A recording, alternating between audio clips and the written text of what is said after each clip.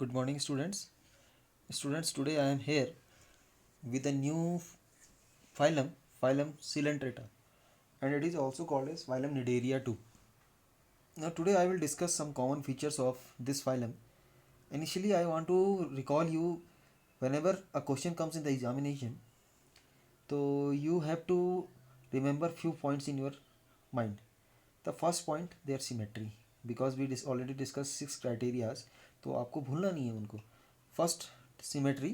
So most of the coelentrates have bilateral radial symmetry. You have to remember this thing. They have radial symmetry. Means more than two planes we can cut their body into two equal parts. Now उसके बाद मैंने कहा था number of germ layers. Number of germ layers are also two. They are also diploblastic. ठीक है. Third, body coelom. तो body coelom इनके पास भी एबसेंट है. ठीक है. Body cavity is different thing but body coelom is different thing. They do not have any coelom, so these are also acoelomate. ठीक है. इसके अलावा मैंने आपसे कहा था कि सेगमेंटेशन नहीं होता, इनके पास एबसेंट है तो कहने की ज़रूरत नहीं है उसे. ठीक है. नाउ इसके अलावा बॉडी ओपनिंग कि इनके पास मैं बताऊंगा ब्लाइंड सैग ओपनिंग सिस्टम होता है, यानी कि एक ही ओपनिंग इनकी बॉडी के पास होती है. ठीक है. These are some points. इसके अलावा you can discuss the mode of A sexual reproduction and the mode of A sexual reproduction and some special structures which they possess we can also discuss. So these are initially I was giving some clues to explain any phylum. ठीक है. But right now I am going in detail. I will discuss each and everything along with you. So the first feature, they are colonial or solitary forms. Means sometimes they they like to live in colonies or sometimes they are solitaries. Means sometimes ये colonies में रहना पसंद करते हैं और sometimes ये solitary means अकेला रहना पसंद करते हैं. दे आर सेडेंट्री और फ्री लिविंग एनिमल्स. सेडेंट्री का मतलब होता है those animals who are not moving here and there, who like to live in a particular place, यानी स्टेशनरी जो होते हैं. ठीक है. और सम आर फ्री लिविंग, मतलब जो इधर उधर फ्रीली मूवमेंट करते रहते हैं. Most of them are marine but a few may be found in fresh water. ज़्यादातर इनमें से क्या होते हैं, मरीन होते हैं, बट कुछ एक जो होते हैं वो फ्रेश वाटर में भी रह सकते हैं. फ्रेश वाटर का एग्जाम्पल आपका हाइड्रा है. ठीक है. यानी hydra is a animal, simple animal है, आपने देखा होगा लेबोरेटरीज में. This can live in fresh water. ठीक है. नाउ बात करें फिर, देखो ये पॉइंट हमने पहले डिस्कस किया था. Body is radially symmetrical. Body जो इनकी होती है वो रेडियली सिमेट्रिकल होती है. He means by more than two planes we can cut their body into two equal halves. ठीक. यानी दो से ज़्यादा प्लेन से हम इनकी बॉडी को टू इक्वल हाफ्स में कट कर सकते हैं. Now next point is presence of specialised cell called cnidocytes which contain stringing structures called nematocyte cyst. तो इनके पास स्पेशल स्ट्रक्चर के तौर पे क्या होते हैं, नीडोसाइट्स. कुछ सेल्स होती हैं, स्पेशल सेल्स. ठीक है. जिनको बोलते हैं नीडोसाइट्स.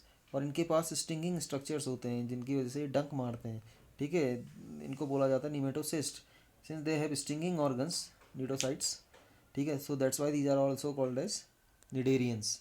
ठीक है. Now in this figure you can observe the cnidocyst. Stinging organs को आप देख सकते हैं. ठीक है.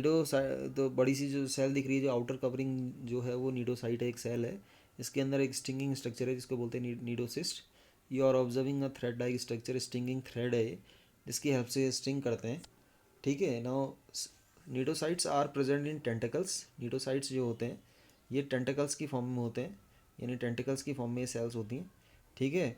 एंड इनका काम क्या होता है, they help in the capturing large prey as the nematocyst discharge toxin into them. तो बड़े बड़े साइज़ के जो प्रे होते हैं उनको भी कैप्चर करने का काम करते हैं, क्योंकि इनके जो स्टिंग होते हैं वो पॉइजनस होते हैं, जिससे कि बॉडी एक्टिविटी को, जो उनका प्रे होता है उनकी बॉडी एक्टिविटी को ये स्लो डाउन कर देते हैं. इसके अलावा ये प्रेडेटर से इनके बचाव में भी काम करते हैं. They also help in the protection from the predators too. ना बॉडी लेवल ऑर्गेनाइजेशन की बात, आई जस्ट फॉरगॉट इट. इनका बॉडी लेवल ऑफ ऑर्गेनाइजेशन जो होता है टिश्यू लेवल ऑर्गेनाइजेशन होता है. ठीक है. तो इससे पहले आपने देखा था पोरीफेरेंस में, आपने cellular level of body organisation देखा था, but they have tissue level of body organisation. Now ये बात मैंने पहले की थी. They have blind sac body plan, मतलब इनका ब्लाइंड सैक बॉडी प्लान है. इनके पास केवल एक ही ओपनिंग होती है जिसको, जो माउथ का भी काम करती है और एनस का काम भी करती है. ठीक है.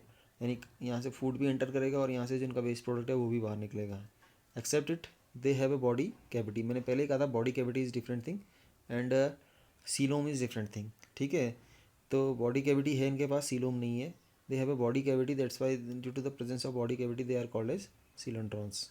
ठीक है. Okay. Now they can sorry, these coelenterons is helping them into two different processes, digestion and circulation. इनकी जो सिलेंट्रॉन जो कंडीशन है, जो सिलेंट्रॉन इनकी बॉडी कैविटी है, ये फूड को डाइजेस्ट करने में भी हेल्प करती है और उसका सर्कुलेशन में करने में भी मदद करती है चीज़ों को. Okay. They have in during their life cycle, और वी कैन से दैट कि अलग अलग ऑर्गेनिजम्स अपने लाइफ साइकिल में दो अलग अलग स्टेजेस को रिप्रेजेंट करते हैं. कोई पॉली फॉर्म में होते हैं तो कोई मेडुसा फॉर्म में होते हैं. Now what is the difference between polyp and medusa form? Now polyps are sedentary. Sedentary का मतलब है कि जो एक ही जगह पे रहते हैं. पॉलिप्स जो हैं सेडेंट्री होते हैं और इनकी बॉडी सिलेंड्रिकल शेप की होती है. ठीक है. Is it clear? Now here you can observe the polyp. Polyp जो है सिलेंड्रिकल बॉडी आपको नज़र आ रही होगी.